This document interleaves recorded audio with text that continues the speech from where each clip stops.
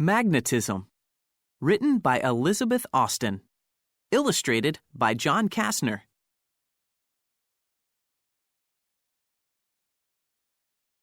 Introduction. Look around your home and try to find a magnet. A magnet is a metal object that sticks to other metals. You might have some magnets among your toys. There are probably magnets on your refrigerator. But did you know that there may be hundreds of magnets in your home? You cannot see most of them, but they are inside your television, telephone, and stereo. They are inside electric motors that power your blender and hairdryer. Computers are full of magnets.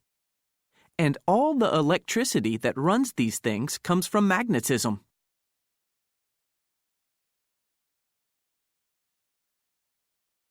Magnetism and magnets. Magnetism is an invisible force. A force is anything that pushes, pulls, or moves an object. Magnetism is a special force that only pulls on some metals, such as iron. A magnet will not push or pull plastic or tin. Magnetism flows in one direction through a magnet, no matter what shape the magnet is. It flows in one end and out the other. The ends of a magnet are called magnetic poles. Every magnet has a north and a south pole. The force flows out the north pole and back in the south pole.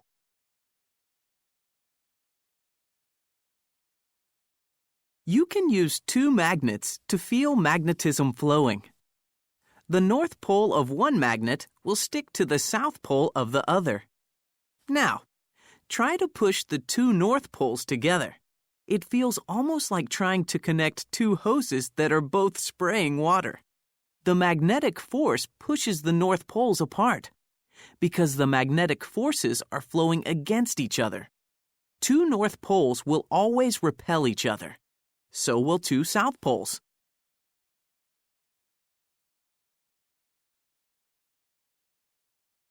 The Earth's iron core is magnetic. The whole planet acts like a giant magnet. If you dangle a magnet by a string, one pole will point north and the other will point south. This is exactly how a compass works. This gave the north and south poles of a magnet their names. Do you know? Earth's north and south magnetic poles are not quite at the true north and south poles. The North Magnetic Pole is in northern Canada. The South Magnetic Pole is in the Pacific Ocean south of Australia. Since Earth's core moves around, the magnetic poles move too. They can even flip completely around. If this happened today, your compass needle would point south.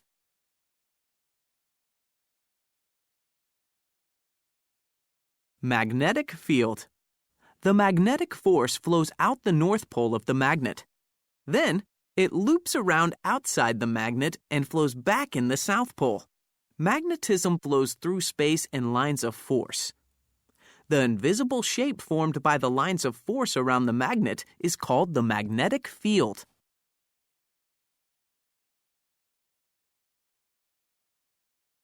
Any iron or other magnets inside a magnetic field will be pulled toward the magnet.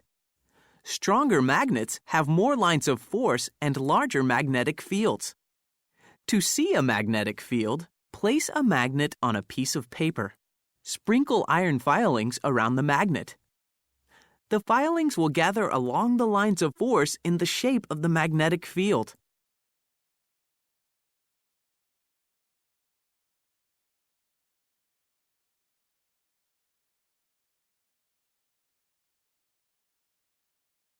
How are magnets made? The first magnets were made of a natural rock called lodestone. People used pieces of lodestone in compasses, but they did not know how they worked. Every material is made of extremely tiny pieces called atoms. Most atoms spin. This spinning creates a tiny, tiny force. In most things, like rocks or plastic, the atoms spin every which way. the tiny forces never add up. But when something becomes magnetized, the atoms spin in the same direction. All the tiny forces add up to create a magnetic force.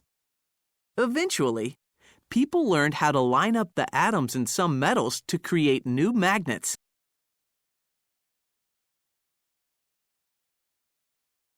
Some things, such as iron, become magnetized more easily than others. A piece of ordinary iron is placed inside a strong magnetic field. The magnetic force makes the iron atoms line up and spin in the same direction. This makes a new magnet. The more atoms that spin in the same direction, the stronger the magnet becomes. Sometimes if you drop a magnet, some of the atoms get knocked out of line, and the magnet gets weaker.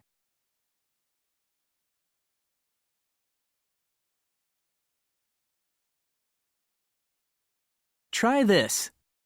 Make your own magnet. You will need a large iron nail, a strong magnet, and several paper clips. 1.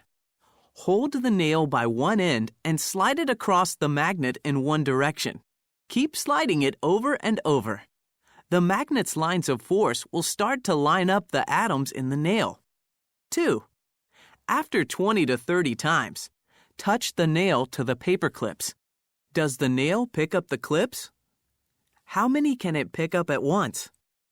Keep stroking the nail along the magnet to make the nail's magnetic force stronger. See if you can pick up all the paper clips at once.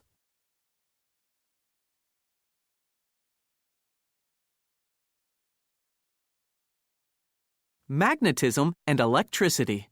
Magnetism and electricity are very closely related. Magnets can make electricity, and electricity creates magnetic fields.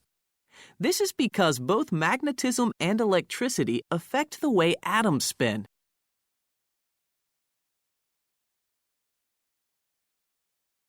All the electricity you use comes from machines called generators.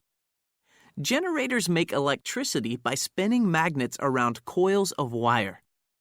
The magnetism creates an electric current in the wire. The difficult part is getting the magnets spinning. Power plants use running water, wind, or steam from burning fuel to turn the magnets.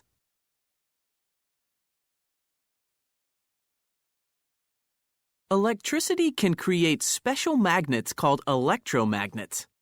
A wire is wrapped around a regular piece of iron. Then an electric current from a battery or outlet flows through the wire. The electric current makes a magnetic field. This magnetizes the iron. But the iron only stays magnetized as long as the electricity is on. Using magnetism. The earliest use of magnetism was the compass. A small, freely moving magnetic needle pointed to Earth's magnetic North Pole. This helped guide travelers and explorers. Modern travelers still use compasses. Electricity comes from spinning magnets inside generators. And electric motors work like generators in reverse. They use electric current to spin magnets. The magnets are attached to fans, cutting blades, or wheels. This is how fans, blenders, and remote control cars work.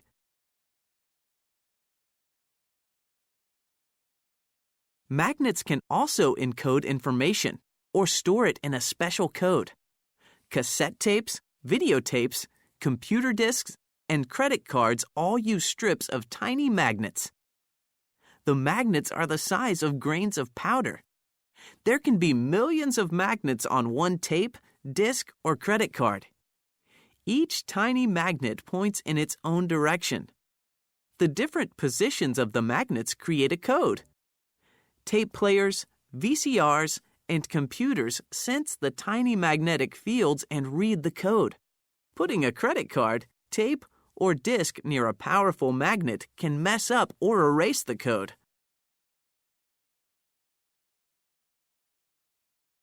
Some high-speed trains run on electromagnets. The trains have powerful electromagnets on the bottom. The track also has powerful electromagnets. The two electromagnets face each other so that they repel each other. The magnetic force is so strong that it lifts the train off the track. The train floats above the track. It actually flies as it travels. This makes a fast, smooth ride.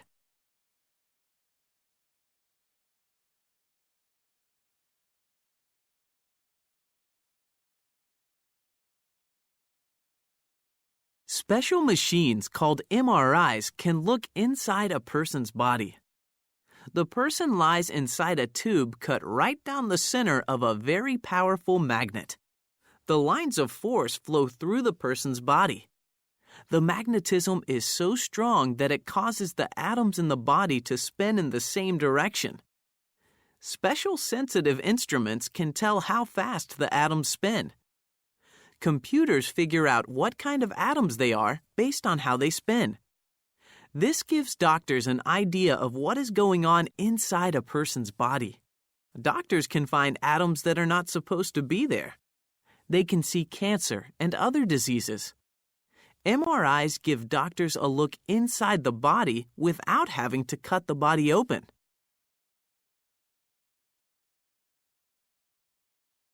Conclusion.